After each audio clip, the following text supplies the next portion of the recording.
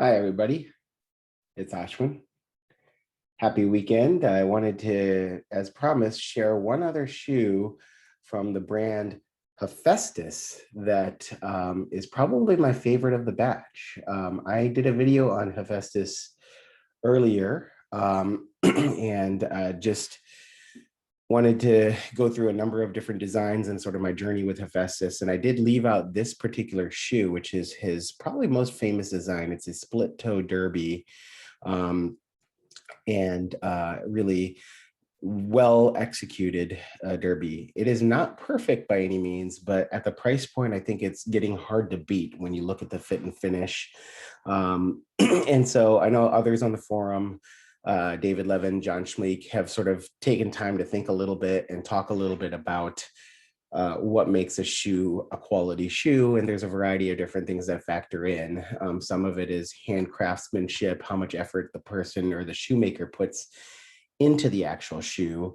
Some of it is the fit, finish, and construction. Some of it is the quality of the materials chosen. So there's a variety of different factors that can kind of go into what makes a good shoe a good shoe, or a great shoe a great shoe. So just to kind of feature a couple things here, I used Andy Vaughn's pure polish products to get this mirror shine on the shoe, and just to kind of give you a sense for sort of what is achievable, at least in my somewhat amateur hands, with regards to shining and kind of cleaning up a pair of shoes.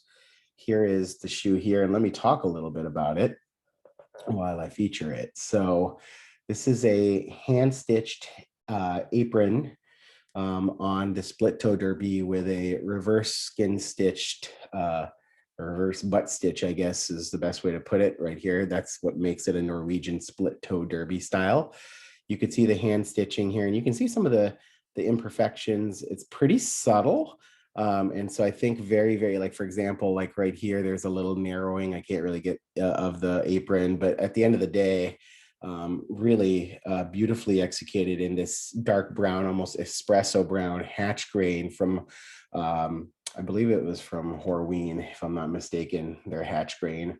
There's a slight contrast stitch. You can see here's another view for you guys to appreciate this shoe. Contrast stitch used for the upper.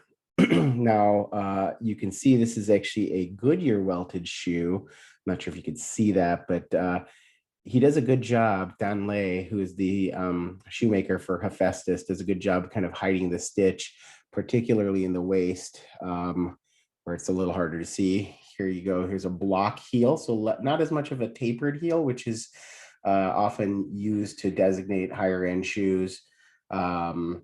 This is the shoe tree that Hephaestus offers with their shoes. He's actually upgraded this since I bought this shoe about a year ago.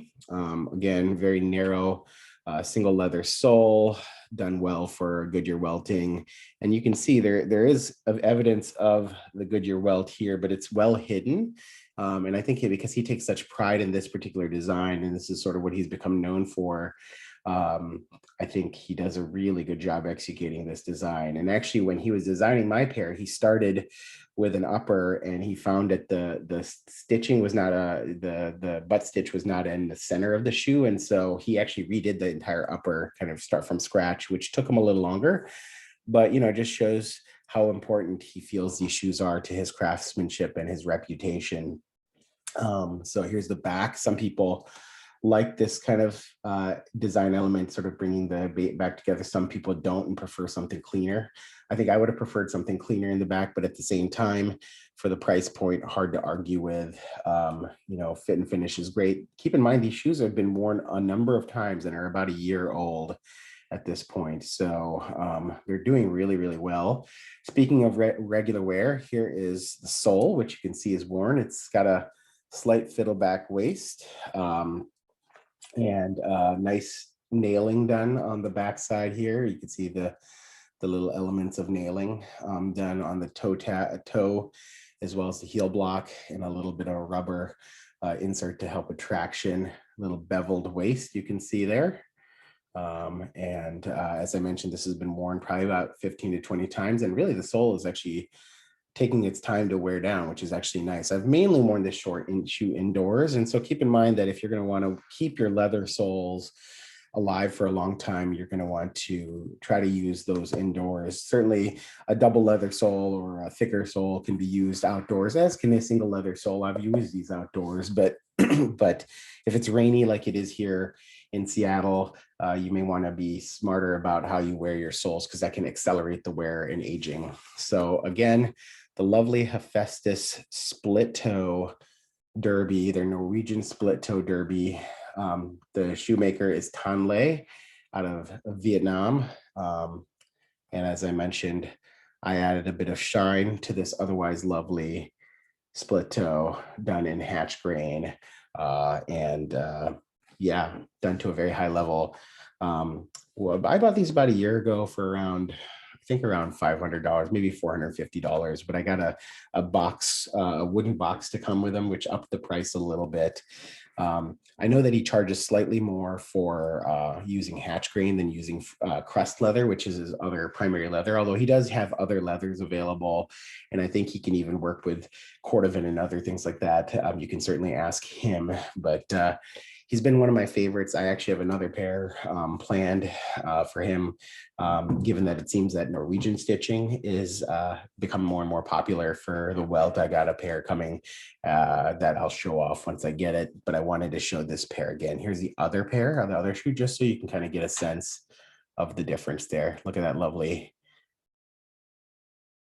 design there, that hand stitching. You can kind of tell that it's been done meticulously, carefully, but it's not machine made. It's really hand stitched, which increases the price. And again, the fit and finish, a little bit of creasing on the vamp that is completely appropriate for a shoe of Sage. Again, here is the profile of that shoe, so you can kind of get a sense for having a slightly lower instep, which works for my medium instep foot. If you have a high instep foot, this shoe can actually accommodate it because of the derby style. It can open or close and be a little bit more flexible. But for his Oxfords, you just be mindful that this shoe works well for people with lower insteps or medium insteps. High insteps might gap a little bit. I think Vladimir Richer talked a little bit about that. And again, pure polish products used to kind of keep these beautiful, enriched, well-focused. So hopefully that gives you an idea. It's nice to see everybody, and hope you're doing well. Take care. Bye.